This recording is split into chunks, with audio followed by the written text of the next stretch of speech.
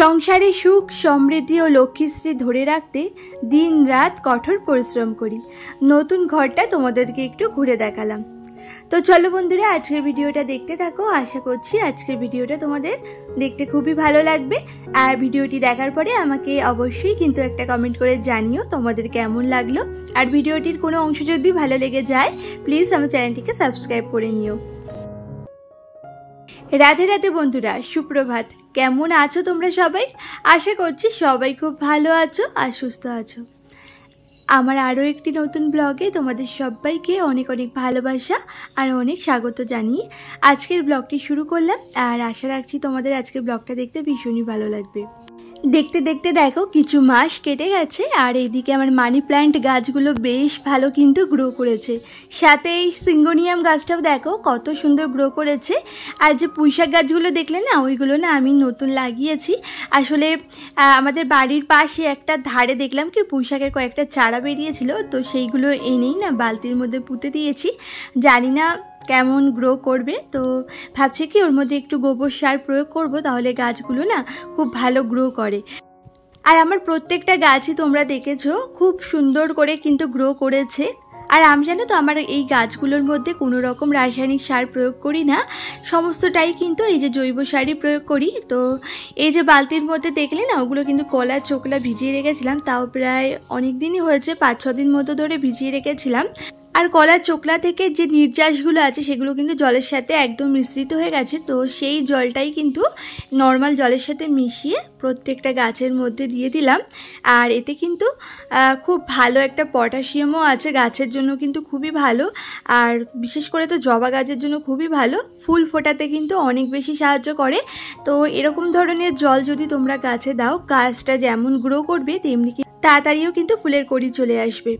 তো যাই হোক, তো ওইদিকে সমস্ত গাছগুলোতে না এই খাবারটা দিয়ে এলাম। আর এটা কিন্তু খুবই প্রয়োজনীয় খাবার গাছেদের জন্য।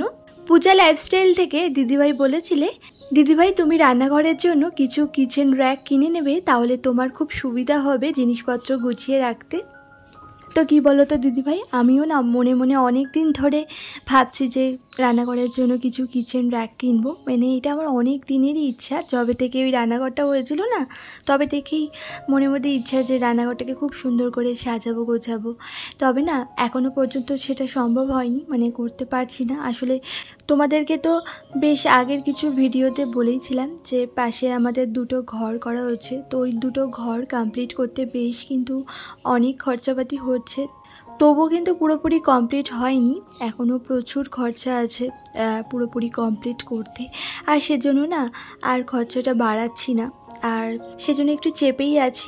আর নতুন ঘরটায় উঠে যাবার পরে আস্তে আস্তে করে না সংসারের জন্য একটু একটু করে জিনিসপত্রগুলো কিনবো, সেটাই মনে মনে ভাবছি। তো যাই হোক, এদিকে তো মাম্মাম ঘুমাচ্ছিল, তাই বিছানাটা তুলতে একটু দেরি হলো। তো এখন উঠে গেছে, দেখো বিছানাটাকে ভালো করে তুলে নিলাম। আগে কিন্তু বিছানার চাদরটা তুলে খুব ভালো করে ঝেড়ে নিয়েছি। মাঝে মাঝে তো একটা ছোট ঝাঁটা বানিয়েছি বিছানা ঝাড়ার জন্য, সেটা দিয়ে না খুব ভালো করে ঝেড়ে নিই। আজকে তবে সেটা দিয়ে না ঝেড়ে একেবারে চাদর তুলেই ঝেড়ে নিলাম। আর তারপরে খাটটাকেও না খুব ভালো করে পরিষ্কার করেছি, মানে উপরের যে পালংটা, নিচে পালংটা এখনও করা হয়নি, ওটা একটু পরে করব। তো যাই হোক, এইদিকে এক এক করে দেখো ঘরে যত ফার্নিচার আছে না, টুকটুক করে সমস্ত কিছুই ক্লিন করে নিচ্ছি। আর এই হালকা হাতে যদি প্রতিদিনই একবার করে হলেও ক্লিন করে নেওয়া যায় না, তাহলে ঘরবাড়ি কিন্তু সবসময় পরিষ্কার থাকে।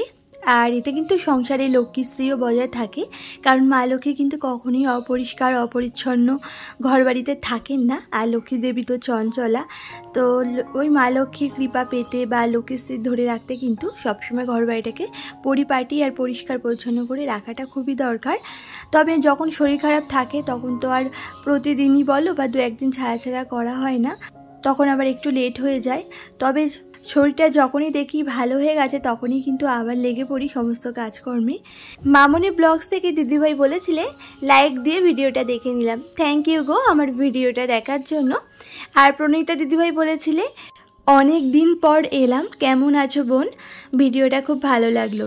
থ্যাংক ইউ গো দিদিভাই, অনেক দিন পর হলেও যে তুমি আমার ভিডিওটা দেখতে এসেছো আর একসাথে এতগুলো ভিডিও দেখেছো, আমাকে এত সুন্দর সুন্দর কমেন্ট করেছো, তার জন্য তোমাকে অনেক ভালোবাসা জানাই। তো যাই হোক, ওইদিকে ঘরের কাজ কিছুটা কমপ্লিট করে এদিকে দেখো নতুন ঘরে চলে এসেছি। তো এইদিকে দুটো রুম করা হয়েছে। তো একটা দিদিভাই দেখতে চেয়েছিলে যে নতুন ঘরটাকে একদিন ঘুরে দেখাবে, তো দেখো তাই দেখাচ্ছি। আর এই যে জানলা করা হয়েছে, তো জানলায় না গ্রিল লাগানো হয়েছে, তবে এখনও ঘরের অনেক কাজ বাকি আছে। তো ওইদিকে দেখতেই পাচ্ছ যে ইলেকট্রিকের পয়েন্টগুলো তো করে রেখেছে, তবে ওইখানে এখনও ইলেকট্রিকের কাজ করতে হবে। আর ইলেকট্রিকের কাজের পিছনে অনেকটাই খরচা আছে। আর সাথে জানো তো ওই যে এসির পয়েন্টও করিয়ে রেখেছি, জানি না কোনোদিনও এসি লাগাতে পারবো কি না, তবে পয়েন্টটা করিয়ে রাখা ভালো, ভবিষ্যতের কথা তো বলা যায় না, যদি ভগবান তখন মুখ তুলে চান তখন তো আবার এসি পয়েন্ট করতে অসুবিধা হবে। তো ওই জন্য আগে থেকে না পয়েন্টগুলো করে রেখেছি, মানে যা যা দরকার। ফ্রিজের একটা পয়েন্ট করা আছে। তো এই দুটো রুমই করা হয়েছে। আর ওই রুম দুটোর পাশে আর একটু ফাঁকা জায়গা দেখলে না, ওই জায়গাটা কিন্তু রান্নাঘর আর তার পাশে বাথরুম আছে। আর ডাইনিং রুম করার সেরকম একটা জায়গা নেই, তাই আর করা হয়নি। আর ওই দুটো ঘরের সামনে একটু ফাঁকা জায়গা আছে, ওখানটায় না সিঁড়িঘর হবে, তবে সেটা এখন না, আগে এই ঘরটা কমপ্লিট করি, থাকতে শুরু করি, তারপরে আবার টাকা পয়সা জমিয়ে আস্তে আস্তে আবার ওই দিকটা করা হবে, মানে সিঁড়িঘরটা। আর সিঁড়িটা না করলে না খুব অসুবিধা হবে, কারণ ছাদে উঠতে পারবো না, এদিকে তো ছাদে ওঠার সেরকম জায়গা নেই। আর এখন যে ঘরে থাকি, মানে এই যে দেখছো যে ঘরটায় রয়েছি, তো এই ঘরটা তো তখন ছেড়ে চলে যেতে হবে, ওই পাশে চলে গেলে এই ঘরটার প্রতি কিন্তু আমাদের আর কোনো রকম অধিকারই থাকবে না, কারণ এই বাড়ির সিস্টেমই না এমনভাবে করা, মানে আমরা যদি ওই দিকে চলে যাই তখন এই দিক থেকে কিন্তু আমার যা ভাসুরা যাতায়াত করবে। আর এখন এইখানে আছি বলে ওই নতুন ঘরের উপর দিয়ে কিন্তু যাতায়াত করছে, কারণ এই বাড়িটা যখন ওরা বানিয়েছিল, আমার বিয়ের তো অনেক বছর আগে ওরা বানিয়েছিল, তাও প্রায় 10 বছর আগে বানিয়েছিল। তো যাই হোক, সিস্টেমটা সেরকম একটা ভালো করেনি, ডাইনিং রুম টুম করা নেই। এই বাড়িটা আসলে লম্বালম্বিভাবে করা, মানে ওই যাতায়াত করতে গেলে কিন্তু এই একজনের ঘর থেকে আর একজনকে যেতে হবে, মানে আমরা যদি ওই পাশে আমার রান্নাঘরে যাই না, আমার শ্বশুর শাশুড়ি ঘরের উপর দিয়ে কিন্তু যাই, আর ওরা ওইদিকে আসতে গেলে আমার ঘরের উপর দিয়ে আসবে, এরকম একটা সিস্টেম আর কি। তো যাই হোক, আর তোমার সাথে কথা বলতে বলতে দেখো এইদিকে সমস্ত জামা কাপড়গুলো গুছিয়ে নিলাম, এইগুলোই আগের দিন কেচেছিলাম। তো আজকে যে ভিডিওটা তোমরা দেখছো, সেই ভিডিওটা তো গত বৃহস্পতিবারের ভিডিও, সেটা তো তোমাদেরকে বলাই হলো না। তো গত বুধবার দিন কিন্তু অনেক জামা কাপড়ই কেচেছিলাম, আর ওই বিকেলের দিকে কিন্তু বৃষ্টিও চলে এসেছিলো, সেদিন একটু ভালো ওয়েদার ছিল বলে তাই জামা কাপড়গুলো শোকায়নি, কিন্তু মোটামুটি জলটা ঝরে হালকা টেনে এসেছিলো, তো ঘরে না মেলে দিয়েছিলাম, তো সমস্তটাই শুকিয়ে গেছে। এই একটু আগেই সব মানে দড়ি থেকে নামালাম, তো ভাবলাম একেবারে এখনই গুছিয়ে রাখি, নইলে পরে না সেরকম একটা সময় পাই না। আর সংসারে যাবতীয় কাজকর্ম করি না, তখন আর ভালো লাগে না স্নান করার পরে, তখন মনে হয় কি একটু বসি, আর তখন তো করা হয় না, ওই জন্য সন্ধ্যের দিকেই বেশিরভাগ সময় করি। আর সন্ধ্যেবেলা এগুলো করতে গেলে মাম্মামকে আবার পড়ানো হয় না, ওনার দিকে আবার হা করে যদি আমি না ছেয়ে থাকি উনি আবার পড়তে চান না, সেজন্য না এখন ভাবলাম একটু সময় আছে তো এখনই করে নিই। তো যাই হোক, ওদিকে কাজবাজ কমপ্লিট করে এদিকে দেখো এখন আবার একটু স্কিন কেয়ারও করে নিচ্ছি, বেশ অনেক দিন হলো স্কিন কেয়ার করা হয়নি। আর তোমরা দেখতেই পেলে আমি কিন্তু মুলতানি মাটি মাখছি আর একটু গোলাপ জল দিয়ে, এটা কিন্তু স্কিনের জন্য খুব ভালো। তোমরা যদি ইউজ করো না, আয়ুর কোম্পানির ইউজ করবে, আয়ুর কোম্পানিরটা না বেশি ভালো। পিঙ্কি ব্লগস থেকে বলেছিলে খুব সুন্দর ব্লগ, থ্যাংক ইউ গো এত মিষ্টি করে কমেন্ট করার জন্য। আর তোমাদের প্রত্যেকটা বন্ধুর কমেন্টগুলো পড়ে জানো তো আমার ভীষণ ভালো লাগে, এতটা ভালো লাগে যে তোমাদেরকে কি বলবো। আর তোমাদের কমেন্টগুলো পাই বলেই কিন্তু ভিডিও বানাতে এতটা মোটিভেট হই। তো তোমরা প্লিজ আমাকে ছোট্ট করে হলেও একটা কমেন্ট করো, আর তোমরা সবাই কিন্তু খুব খুব ভালো থেকো।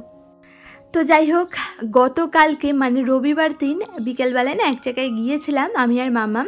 তো দেখো এই যে শাড়ি পরেই গিয়েছিলাম, তো কেমন লাগছে অবশ্যই কমেন্ট করে বলো।